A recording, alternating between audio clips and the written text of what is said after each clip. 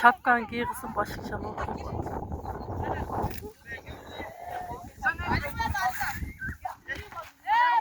Aparlar çatır koçu.